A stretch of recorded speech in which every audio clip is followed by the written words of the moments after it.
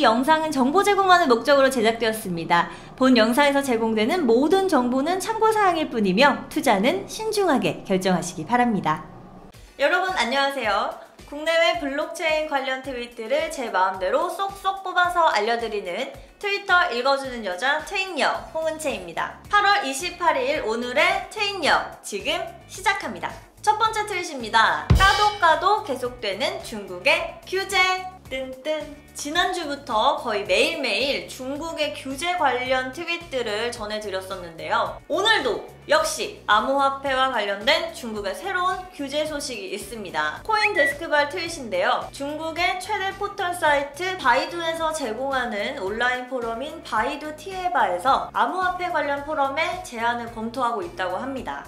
바이두 티에바는 조금 쉽게 설명을 드리면 매달 3억 명 정도의 사용자가 있고, 그리고 우리나라로 치면 뭐 DC인사이드나 아니면 네이버나 다음 카페 이런 느낌으로 생각하시면 될 것 같아요. 실제로 현재 비트코인이나 이더리움을 검색하면 검색은 되는데 디지털 화폐 그리고 암호화폐 이런 것을 치면 검색이 안 되면서 관련법 규제 정책에 따라 일시 폐쇄됐다는 메시지가 뜬다고 합니다. 그래서 저희가 직접 검색해봤습니다.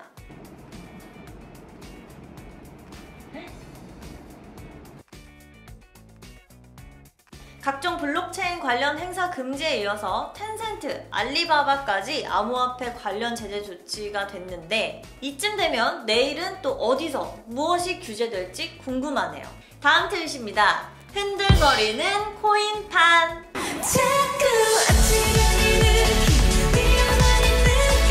네, 여러분 혹시 이 짤 보셨나요? 숏 세력과 롱 세력이 비트맥스 CEO인 아서가 흔드는 다리 위에서 간신히 버티고 있고, 또 그거를 트루박스에 있는 사람들과 청산할 사람들이 지켜보고 있는 것으로 이렇게 표현을 했습니다.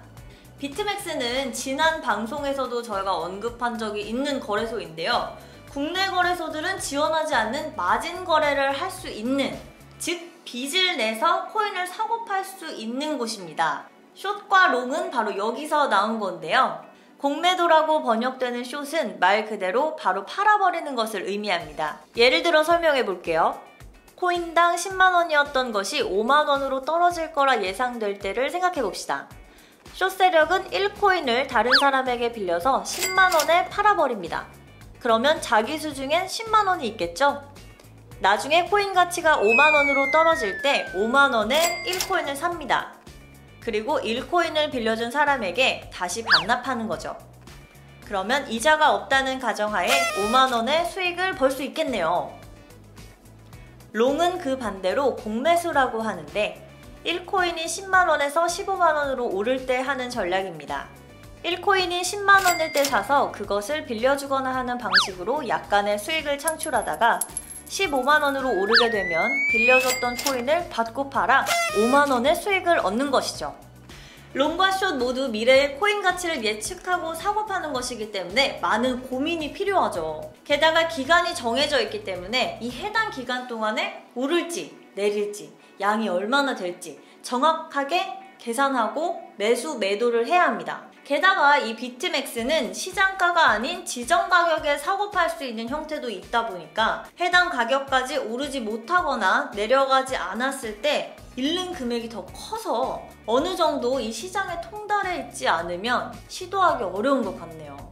네, 저번 23일에 전해드렸던 비트맥스의 점검 기간에 비트코인 가격이 확 뛰었던 거 기억하시죠? 거래를 할 수 없는 것을 틈타서 숏 세력이 비트코인을 매수하려고 했기 때문에 가격이 상승한 것이었습니다. 사람들이 시장을 어떻게 판단하는지 어렴풋이 알 수 있다는 장점도 있지만 너무 몰입되면 큰 자산을 잃을 수 있다는 단점도 있는 것 같습니다.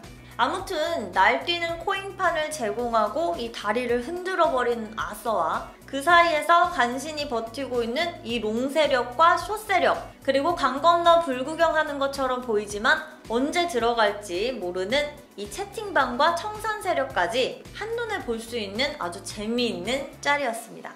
오늘의 마지막 트윗입니다.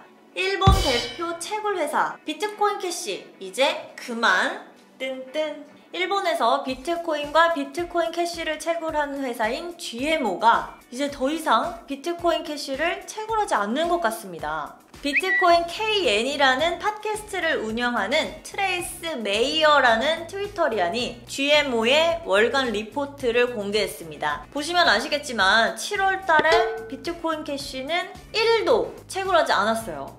1도 없어. 1도 없어. CCN에서도 이 트윗을 인용하면서 기사를 냈습니다. 물론 4월에도 비트코인 캐시를 채굴하지 않다가 다시 시작한 것을 보니 채굴성이 좋아진다면 다시 비트코인 캐시를 채굴할 수도 있을 것 같습니다.